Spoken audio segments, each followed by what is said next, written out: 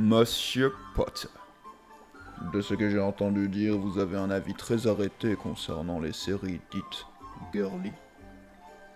Dites-moi, quel est le métier de Miranda Hobbs dans la série Sex and the City de 1998? Vous ne savez pas? Bien, essayons à nouveau. Sauriez-vous, Monsieur Potter, me donner au moins 3 des prénoms des personnages principaux de Pretty Little Liars? Je ne sais pas, monsieur. Et quel est le nom de cette série Netflix dans laquelle nous suivons les aventures d'un stalker? Je n'ai pas Netflix. Navrant. Vous apprendrez que si vous pensez que ces séries ne sont destinées qu'aux femmes, vous êtes un connard de misogyne, Monsieur Potter. Il n'y a pas si longtemps, je parlais avec une amie d'une série girly, et visiblement j'ai dû faire l'erreur d'en parler à côté d'un autre pote à moi, puisque celui-ci m'a répondu « Ah mais, tu regardes ça? C'est quand même un peu pour les filles. » Tu veux que je lui dise d'aller se faire enculer? Non merci Caroline, c'est gentil, mais je vais m'en charger. Après tout, je le vois tous les jours au bar à partir de 18h.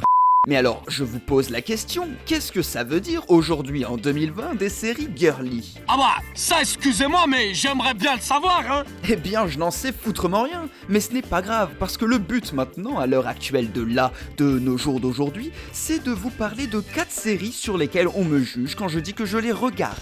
J'écoute. Non, c'est nous qui vous écoutons.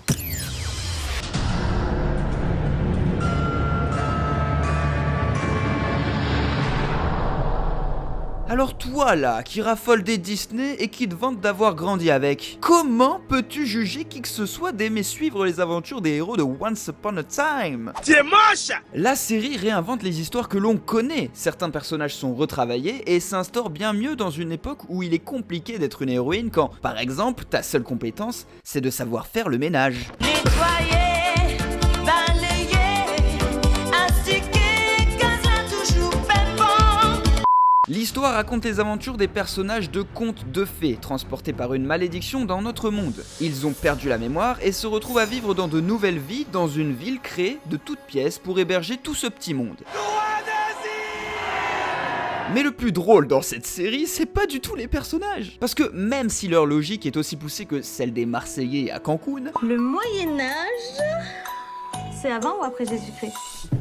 c'est vraiment l'histoire qui, saison après saison, part de plus en plus en couille. Plus j'avance, plus je comprends rien. Nous suivons les aventures de Emma Swan, qui est la fille de Blanche-Neige et du prince charmant. Jusque-là, tout va bien. Emma Swan est la mère de Henry, le fils adoptif de la méchante reine, la belle-mère de Blanche-Neige. Henry est le fils de Bellefire, qui lui-même est le fils de Rumpelstiltskin, appelé aussi Tracassin, qui est le mari de Belle, parce qu'en fait Tracassin, c'est la bête. Mais avant d'être avec Belle, Rumpelstiltskin était avec Nila, la vraie mère de Neil, qui l'a quitté pour aller avec le capitaine Crochet. Mais enfin voilà quoi, je kiffe cette série parce qu'ils font n'importe quoi avec mon enfance et franchement ça m'amuse. Je prends plaisir à la regarder. D'ailleurs, si ça vous intéresse, elle est en intégralité sur Disney+. Voilà.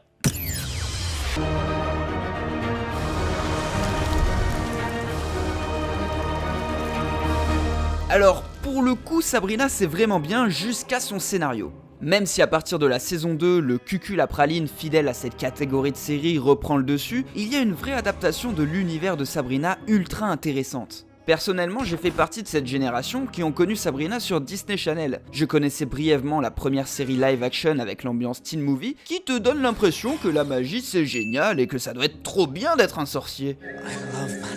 Seulement la série Netflix, elle, va te casser ton délire et transformer tout ce petit monde en vraie secte satanique.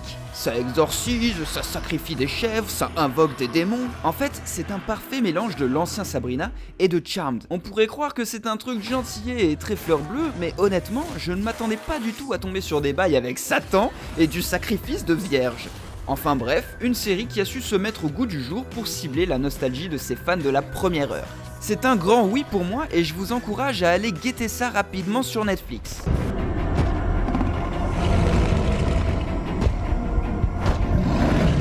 What the fuck was that?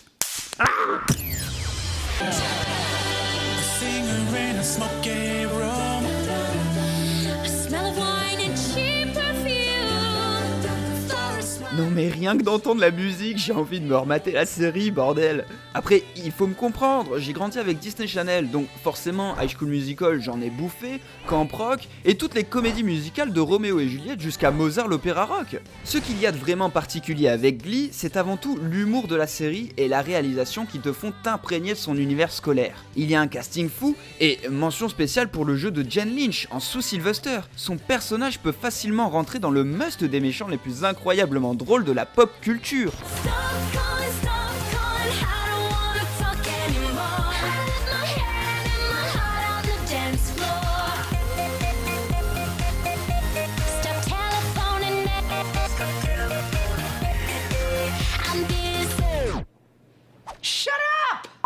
Tout le monde peut s'identifier à ces personnages, la série est universelle. Même si tu penses être un gros bonhomme avec trop de balls pour regarder un show où des gens chantent. D'ailleurs, si c'est le cas, je te recommande vivement de la regarder car il y a de forts messages destinés pour les gens comme toi.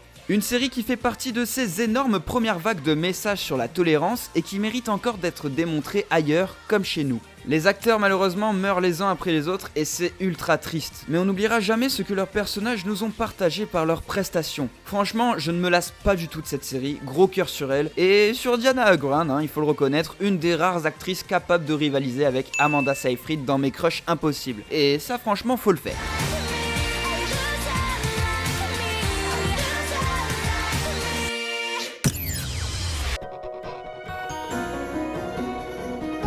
Allez, faites pas genre les mecs, c'est bon, on peut le dire aujourd'hui. On kiffe cette série, on kiffe de ouf. Je sais même pas si j'ai besoin d'expliquer pourquoi cette série est dingue et comment ces 4 madames arrivent à nous faire nous accrocher aux aventures trépidantes de Wisteria Lane. Non mais sérieusement, même mon prof d'anglais du collège nous faisait travailler sur cette série. Mister Laurent, si vous me regardez, je ne vous ai pas oublié. Des personnages variés et attachants, des histoires glauques dans un milieu urbain, tout ce qu'il y a de plus lambda. Eva Longoria, de la bourgeoisie, du sexe, de la drogue, des meurtres, Eva Longoria. La réalisation est parfaite, l'ambiance est prenante et familière, dans le sens où tout le monde peut imaginer ce genre de délire dans son quartier. C'est une série qui parle encore une fois à tout le monde. L'histoire se déroule sur plusieurs années, ce qui rend l'attachement encore plus fort. On voit la relation de Suzanne et Mike du début jusqu'à la fin, on voit les jumeaux, Julie, Andrew, grandir et s'affirmer.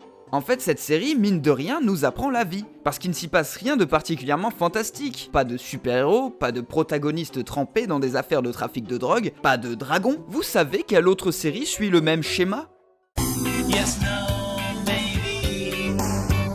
I don't know. Can you repeat the question? Ce sont des séries qui n'ont pas besoin de créer un contexte incroyable du moment que leurs personnages sont suffisamment intéressants pour tenir la baraque à eux seuls. Et encore, Desperados Wives prouve qu'elle a des couilles parce qu'elle n'hésite pas à tuer ses personnages. C'est dingue, c'est plus scénarisé que les Marseillais et pourtant c'est bien plus fidèle à la réalité.